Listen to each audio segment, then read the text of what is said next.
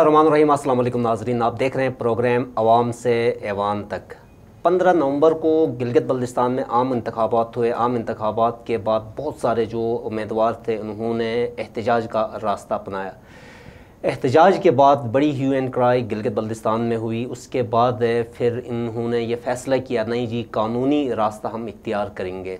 ये election tribunal में गए और अभी तक इलेक्शन ट्रिब्यूनल की वजह तरफ से कोई ऐसा डिसीजन सामने ना आने की वजह से जितने भी पिटिशनर्स थे उन्होंने ये फ़ैसला किया, ये डिमांड चीफ इलेक्शन कमिश्नर के सामने रखा कि भाई एक ट्रिब्यूनल जो है ना वो नाकाफ़ी है, दूसरा ट्रिब्यूनल बिठाया जाए। 25 अगस्त तक की डेट उन्होंने दी है। इनका कहना ये है कि अगर कानून का रास्ता हमें इंसाफ नहीं देता है तो एहतजाज की तरफ एक दफ़ा फिर जाएंगे। इससे गिलगित बल्तिस्तान के हालात कैसे होंगे, आज मेरे साथ एक पिटिशनर मौजूद हैं जिनका ताल्लुक़ GBA 2 गिलगित 2 से है। साबिक डिप्टी स्पीकर हैं और सीनियर नायब सदर हैं पाकिस्तान पीपल पार्टी गिलगित बल्तिस्तान के जमील अहमद साहब। जमील साहब, थैंक यू वेरी मच। बहुत मेहरबानी। एहतजाज का रास्ता अपनाया, फिर आप लोगों ने फ़ैसला किया कि कानूनी रास्ता इख्तियार करेंगे। अब फिर जो है ना आप लोगों ने एक डेडलाइन दी है, अगर उस डेडलाइन तक आप लोगों की जो प्ली है उसको कंसिडर नहीं किया जाता तो आप फिर एहतजाज में जाएंगे।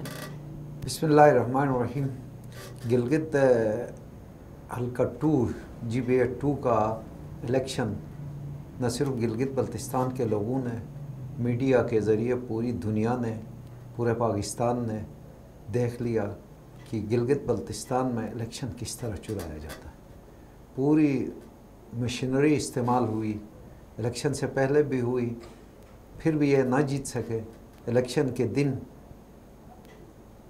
पूरी दुनिया ने देख लिया किस तरह वोटों को कम किया, फिर बराबर किया, उससे भी बात न बनी तो जो RO है उसने लिख के दिया था इलेक्शन के अगले दिन रात को कि हमने कहा आपके पास पोस्टल बैलेट पेपर कितने हैं, वो हमें रिटर्न दे दें। उसने रिटर्न दिया कि हमने इशू किए हैं 1680, रिसीव हुए हैं 1382। उसके बाद ना इशू हो सकते थे ना रिसीव हो सकते थे। जब काउंटिंग हुई तो उसमें 1708 की कुछ 17 समथिंग निकले, यानी 326 वोटों का डिफरेंस था। वो डाल के अपने कैंडिडेट को जिताया गया। तो एक पूरा मैनेज किया था जिसमें 4-5 ऑफिसर मिले हुए थे, इनके साथ एक ये मिले हुए थे और उन्होंने पोस्टल बैलेट पेपर जिस तरह वो सोशल मीडिया में भी चला, किस तरह लाया गया, एक अंदर कमरे में 2-3 अफसर को बिठाया गया था, वहाँ बैठ के मोहरे लगाते थे। लेकिन उस वक़्त हमें अंदाज़ा नहीं हुआ। जब काउंटिंग मुकम्मल हुई देखा तो ओरिजिनल जो पोस्टल बैलेट पेपर हमें लिख के दिए थे उससे भी 326 ज़्यादा निकले। रात को हमारी काउंटिंग थी, मेरे भाई का पोस्टल बैलेट पेपर जो एक कंट्रैक्टर है उसका फॉरेस्ट का मुलाजिम शो करके उसका पोस्टल बैलेट पेपर PTI ने अपने हक़ में इस्तेमाल किया। यस, फिर उसी रात हमने एहतजाज किया, एक एग्रीमेंट हुआ PTI, PMLN और पीपल्स पार्टी का। जब तक और फिर RO ने उस पर काउंटर अपना लेटर दिया चीफ इलेक्शन कमिश्नर को कि जब तक इनकी डिपार्टमेंटल वेरिफिकेशन या जो है वो फ्रांसिक ना हो तब तक अनाउंस ना करे रिज़ल्ट।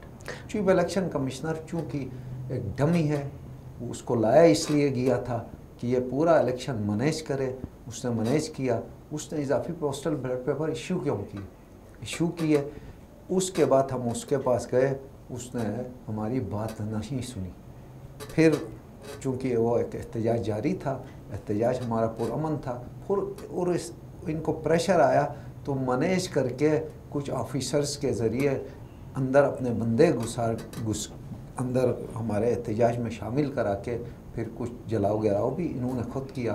तो हमने मुतालिबा किया कि जुडिशल कमीशन बिठाओ, जो आज तक नहीं बिठाया, क्योंकि सारा मैनेज किया था। उनको पता था जुडिशल कमीशन बैठेगा तो दूध का दूध पानी का पानी हो जाएगा, तो उन्होंने जुडिशल कमीशन नहीं बिठाया। फिर उन्होंने इलेक्शन ट्रिब्यूनल बनाया। तो हमसे कहा गया कि हमने इलेक्शन ट्रिब्यूनल बनाया है, अब कानूनी रास्ता इख्तियार करें। चूँकि पीपल्स पार्टी हमेशा से कानून का एहतराम करती है, हमारे लीडर्स को फांसी दी गई, फिर भी हमने कानून का रास्ता नहीं छोड़ा। हम ट्रिब्यूनल गए, बदकिस्मती से ट्रिब्यूनल ने इस पूरे एक्ट को, वो कानून जो एक बना हुआ है नया इलेक्शन 2017 के एक्ट के मुताबिक, उधर वाज़े लिखा हुआ है कि 120 दिन के अंदर फैसला देना है, अगर किसी वजह से फैसला ना हो तो डे बाई डे करना है, और जो भी पार्टी डिले करेगी उनको कास्ट करेगा 10,000 रुपये पर डे। वो भी नहीं किया, और अभी तक 8 महीने तकरीबन होने वाले हैं या ऊपर हो गए हैं, यानी ये केस आगे चल ही नहीं रहा। तो हमने फिर चीफ जस्टिस से भी मुलाकात की, चीफ इलेक्शन कमिश्नर से भी मुलाकात की, चूँकि अदालत में जजेस कम हैं, उनका इतना बड़ा कसूर नहीं है। चीफ इलेक्शन कमिश्नर ने उनको लेटर लिखा बाकायदा तौर पे कि आप जो है वो जुडिशल वर्क उठा के इनसे आप जो है सिर्फ इलेक्शन का काम दें। चीफ जस्टिस ने इनको लेटर लिखा, हम जुडिशल वर्क नहीं उठा सकते हैं क्योंकि पूरा चीफ कोर्ट का सिस्टम बैठ जाएगा, आप अल्टरनेट रास्ता इख्तियार करें। यानी कानून में लिखा हुआ है अगर जजेस अवेलेबल नहीं हो, रिटायर हाई कोर्ट के जजेस आप इलेक्शन ट्रिब्यूनल अपॉइंट कर सकते हैं। तो हमने उसको एप्लीकेशन दी कि भाई एक इजाफी ट्रिब्यूनल बना दें।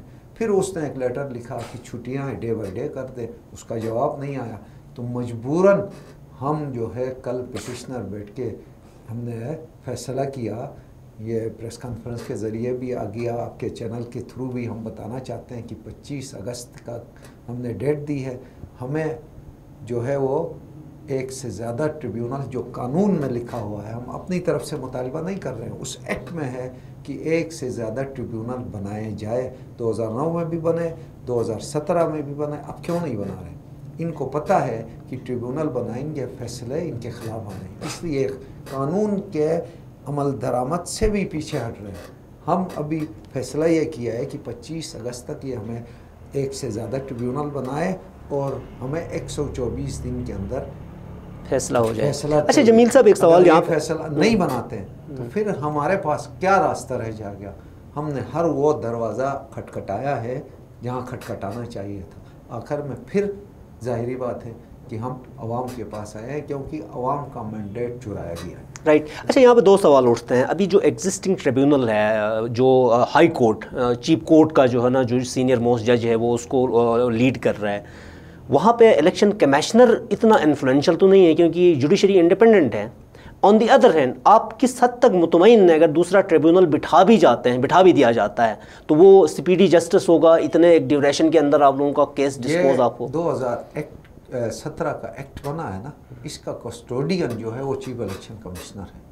उसके पास इख्तियार है, एक जज नहीं सुनता है, दूसरा बना दे, 3 बना दे, 4 बना दे, वहाँ मैनी ट्रिब्यूनल जिक्र है, वो बना सकते हैं और उनको कह सकते हैं कि भाई आप दूसरा काम ना करें, सिर्फ इलेक्शन पिटीशन करें। अगर वो नहीं करते हैं तो यहाँ वो ऑप्शन वहाँ उस एक्ट में है कि आप रिटायर हाई कोर्ट के जजेस हायर कर सकते हैं, उनको ट्रिब्यूनल बना सकते हैं। तो ये क्यों नहीं बनाता?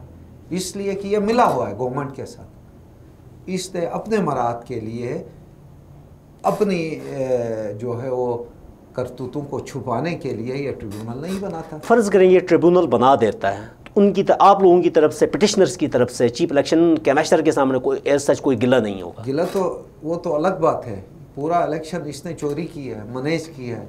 हमारा मुतालबा था जुडिशरी को वो आरओ बनाओ, इसने ब्यूरोक्रेट्स को बनाया जो वफाक के साथ मिले, उनके ऑफिसर थे ना, ये तो किया है, वो अलग एक कहानी है। अभी हम कानून का रास्ता तैयार कर रहे हैं तो हमारा हक है, ये कानून हमें हक देता है कि अगर एक ट्रिब्यूनल नहीं कर सकता है तो 2 बना दे, 2 नहीं कर सकते तो 3 बना दे और 120 दिन के अंदर फैसला दे दे।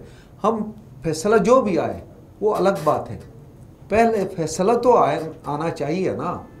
हम कहते हैं कि फैसला हमारे हक में हो नहीं हो, वो जो जज बैठेगा वो उसका ईमान का हिस्सा है कि वो कानून के मुताबिक फैसला देता है नहीं देता है, उसने जवाब दे होना है दुनिया में भी और कल क़यामत के दिन भी, क्योंकि वो कुर्सी में बैठ के इंसाफ करना है।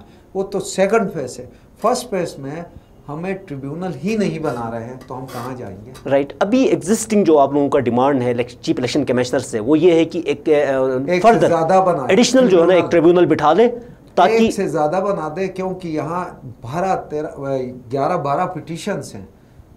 फ़र्ज़ करो किसी का किसी पे ग्रीवेंस है, मिसाल के तौर पर कोई जज बनता है, कोई वकील अगर जज बनता है, वो ऑलरेडी किसी का वकील हो तो फिर अपोजिट पार्टी कहाँ जाएगी?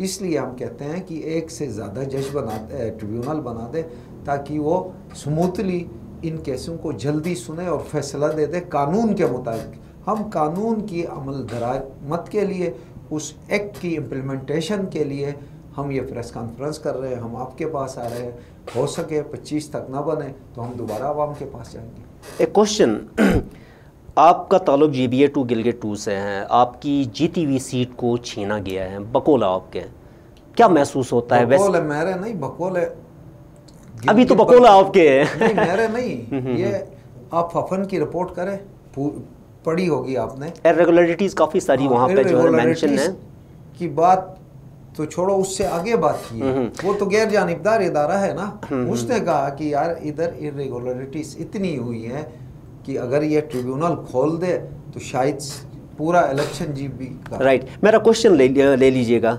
जीती हुई सीट को मतलब छीनी जाए, वो कैसा महसूस होता है? एंड सेकेंडली, आप क्या एक्सपेक्ट करते हैं अगर चीफ इलेक्शन कमिश्नर नया ट्रिब्यूनल बिठा देते हैं, क्या आप अपना केस विन कर जाएंगे? अगर कानून के मुताबिक जज साहब जो भी ट्रिब्यूनल होगा वो अपनी दुनिया और आखिरत को देख के फैसला दे दे तो कोई मानी नहीं है कि हम ये सीट, क्योंकि जीती हुई सीट है, वो तो ORO का एक लेटर ही काफ़ी है, फतहुल्लाह का वो साइन ही काफ़ी है जिस एग्रीमेंट में उसने किया है। पोस्टल बैलेट पेपर 326 इजाफी डाले हैं जो इलेक्शन से अगले दिन RO ने लिख के दिया। उसके बाद तो ना किसी सरकार के अफसर की ड्यूटी लगनी थी, ना पोस्टल बैलेट पेपर इशू होना था, ना रिसीव होना था। कानून भी कहता है ना फला तारीख तक इशू कर सकते हैं, फला तारीख तक रिसीव कर सकते हैं। तो 1326 वोट रिसीव हुए हैं, 1700 कुछ निकले हैं, तो 326 वोट का डिफरेंस है। टोटल वो जीता है 95 वोट से, पोस्टल बैलेट से उसे जिताया। जर्नल वोट तो हम 600 पता नहीं कितने 19 के करीब हम जीते थे। वो तो पूरे मीडिया ने रिपोर्ट की है ना, पूरी टीवी चैनल तो झूठ नहीं बोल रहे हैं ना, उनको अभी कोई सोर्स था ना, कहीं से रिजल्ट कलेक्ट किया होगा ना।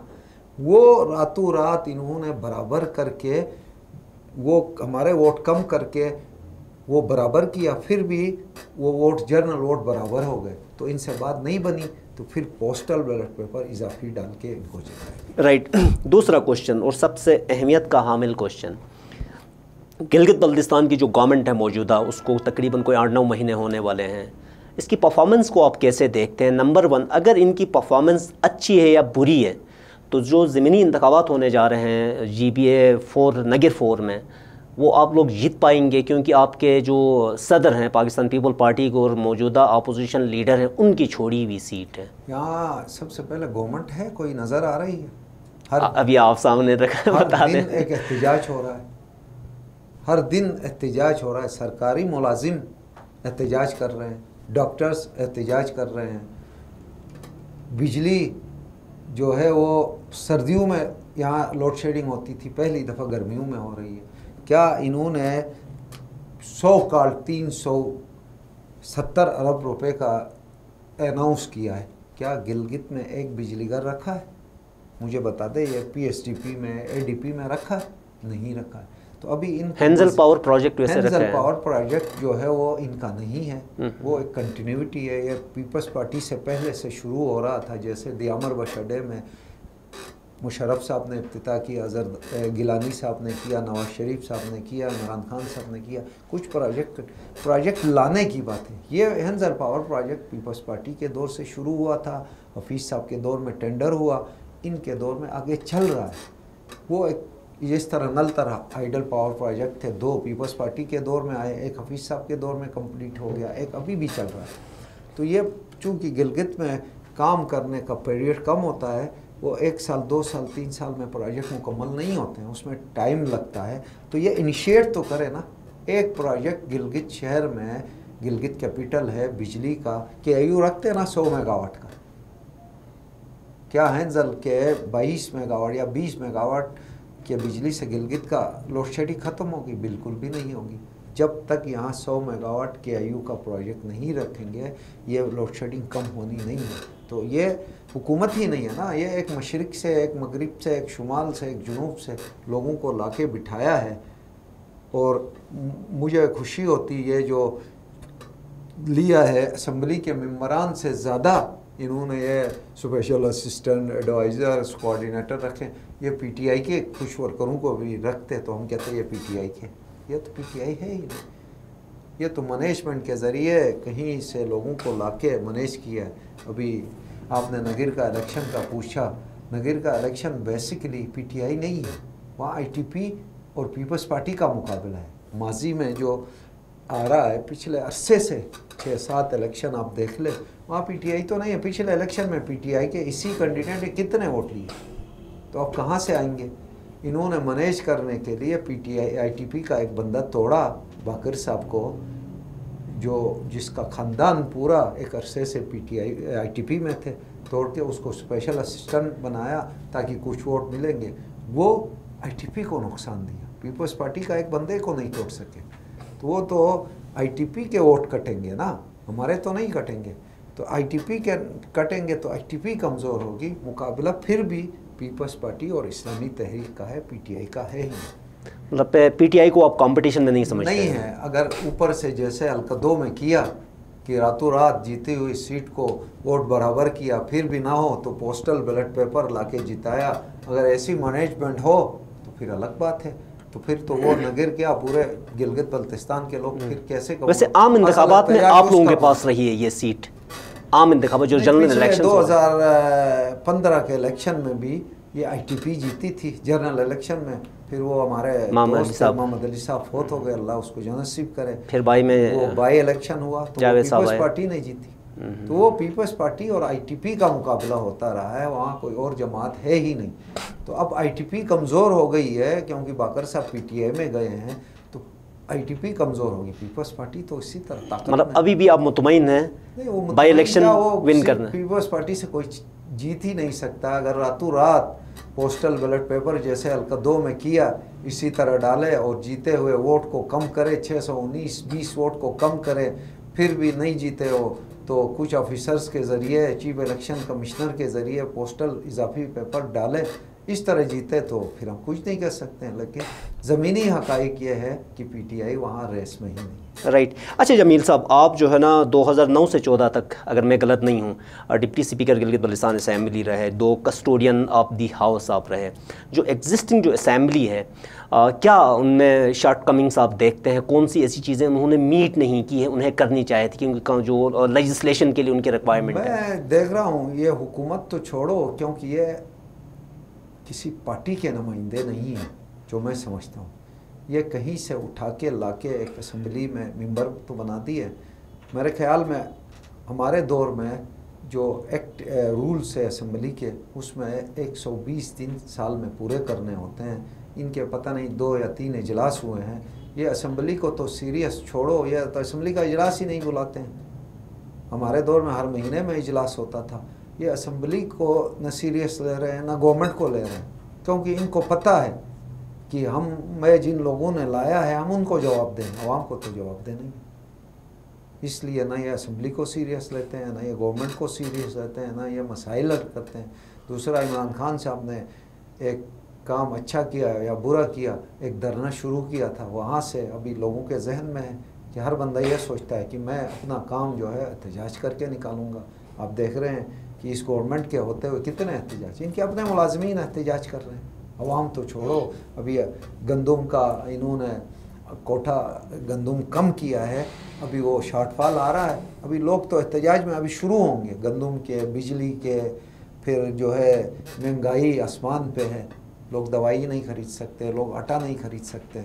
वो तो अलग बात है, वो तो अभी अवाम आहिस्ता आहिस्ता आएंगे। अभी तो मुलाजमीन एहतजाज कर रहे हैं, डॉक्टर्स, ये जो है पैरामेडिकल स्टाफ, ये लाइन डिपार्टमेंट वाले, कितने एहतजाज हुए आपके सामने।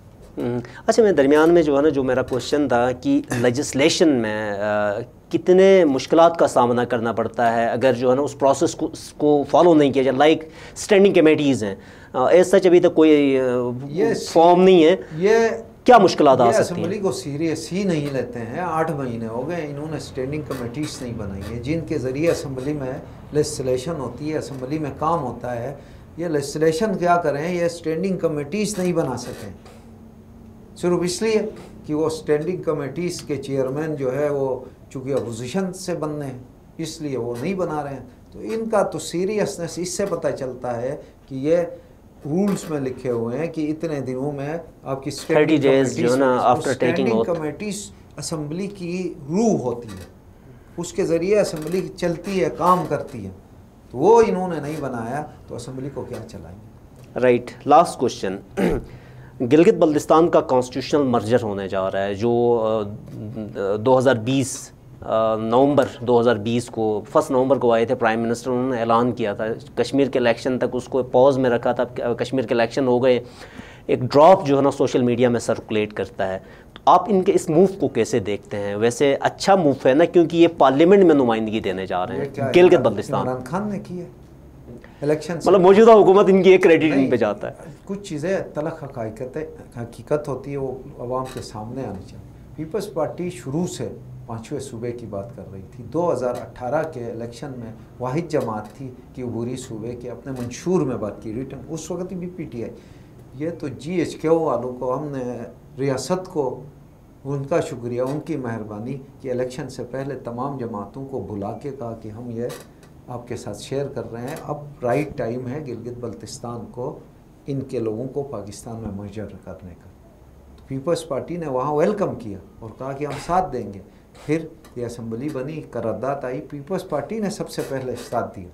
खैर खुदा कर के इन्होंने 8 महीने बाद एक मसूदा बना के अभी प्राइम मिनिस्टर को दिया। हमारी ख्वाहिश है वो असम्बली में ले जाए, पार्लियामेंट में ले जाए, क्योंकि इसमें आइन में अमेंडमेंट होना है। आइन में अमेंडमेंट जब तक अपोजिशन साथ नहीं देगी, होना ही नहीं, तो ये कहाँ से करेंगे। ऐसा ना इनका ऐलान है, ना इनका इनिशिएटिव है, ये तो रियासत के उनके इदारों के, हम पीपल्स गिलगित बल्तिस्तान के लोग पीपल्स पार्टी के बाद, क्योंकि ये सोच पीपल्स पार्टी ने दी, भुट्टो साहब ने दी, मोहतरमा ने इसको बढ़ाया, जरदारी साहब ने इसको 2009 में इंतज़ामी सूबा बनाया। आज इंतज़ामी सूबा है ना, ये जरदारी साहब का दिया हुआ है। उस वजह से अब रियासत को समझ आ गई कि नहीं यार, इनको मर्जर करना है, ज़रूरी है। तो एक इनिशिएट रियासत ने लिया है, हमारी सोच के मुताबिक, हमारे नज़रिए के मुताबिक, हम उसको वेलकम करते हैं। और ये जब तक पीपल्स पार्टी या दीगर अपोजिशन जमातें पार्लियामेंट में साथ नहीं देंगी, तो ये अभी भी नहीं करना चाहता है। ये पब्लिक चूँकि प्रेशर ज़्यादा इन पे है, इंटरनेशनल प्रेशर है, लोकल लोगों की तरफ से प्रेशर है, तो इन्होंने जो है वो एक मसूदा 8 महीने में तैयार किया है। चलो किया है, वो पार्लियामेंट में ले जाए, हम अपनी जमात में देखेंगे कि वो वाक़या जो हमारी जमात के सेंस के मुताबिक है, तो हम भरपूर सपोर्ट करेंगे। क्योंकि ये PTI का काम नहीं है, ये पार्लियामेंट का है। पार्लियामेंट में सब जमातें जब तक नहीं मिलेंगी, ये अबूरी सूबा या जो सेटअप दिया है, अमेंडमेंट नहीं हो सकती है कॉन्स्टिट्यूशन में जब तक तमाम जमातें साथ नहीं हैं, क्योंकि इनकी अक्सरियत नहीं है ना, किसी जमात की अक्सरियत नहीं है। इस प्लेटफॉर्म से चीफ इलेक्शन कमिश्नर साहब के लिए लास्ट में चीफ इलेक्शन कोई ऐसा पैगाम? चीफ इलेक्शन कमिश्नर साहब को क्या पैगाम दूँ? वो एक जगह अपॉइंट होता है, अगली जगह नई नौकरी की तलाश में होता है, उससे आगे ये अपने रूल्स में अमेंडमेंट करा सकता है। 3 लाख से मारता नहीं, इसकी तनख्वाह हाई कोर्ट के जज के बराबर हुई, हमने सुना है, देखा नहीं है। अगर हुआ है तो उसको भी हम तमाम इदारे खामोश क्यों हैं? इसलिए कि उसने मैनेज करके आया था। उसको आखिरी पैगाम यह है, हमारी भी अपनी भी इज़्ज़त बचाए, 25 अगस्त से पहले 1 से ज़्यादा ट्रिब्यूनल बना दे, चाहे सिटिंग जजेस अभी पता नहीं आएंगे नहीं आएंगे। इनसे, इस हुकूमत से अभी तक high court, service tribunal, service tribunal तो है ही नहीं। वहाँ सर्विस मैटर के लोग फंसे हुए हैं पिछले, पता नहीं जब से यह हुकूमत बनी है, वहाँ एक जज नहीं है। तो ये हमारा इन गवर्नमेंट से भी मुतालिबा है, फौरी तौर पे जजिस बिठा दे ताकि लोगों के मसाइल हल हों। और चीफ इलेक्शन कमिश्नर 25 अगस्त तक अगर जजिस नहीं आते हैं तो इसकी ज़िम्मेदारी है, कानून में लिखा हुआ है, रिटायर हाई कोर्ट के जजेस से अपॉइंट कर सकते हैं ट्रिब्यूनल में। और हमारे गिलगित बल्तिस्तान में बड़े अच्छे रेपुटेशन के रिटायर्ड जजेस हाई कोर्ट के मौजूद हैं। उनको क्यों नहीं लगाता है? क्योंकि उनको लगाए, इसको ख़तरा यह है कि कहीं 1, 2, 3 पिटीशन कहीं ये मेंबर उड़ जाए तो शायद इसकी सुबकी न हो, इसलिए यह हिचकिचाता है। तो हमारी इससे आखिरी दफ़ा हमने सब पिटिशनर ने मिल के ये कहा 25 अगस्त की डेडलाइन दी है। अगर उस तक ये नहीं करता है तो फिर अगला ऑप्शन हमारे पास है कि हम शायद आवाम के पास जाए, या जो भी हमारे पिटिशनर फैसला करेंगे उसके बाद हम आवाम के सामने आएंगे। Thank you very much Jameel साहब। जी नाज़रीन, ये थे साबिक deputy speaker Gilgit Baltistan assembly, as petitioner भी हैं।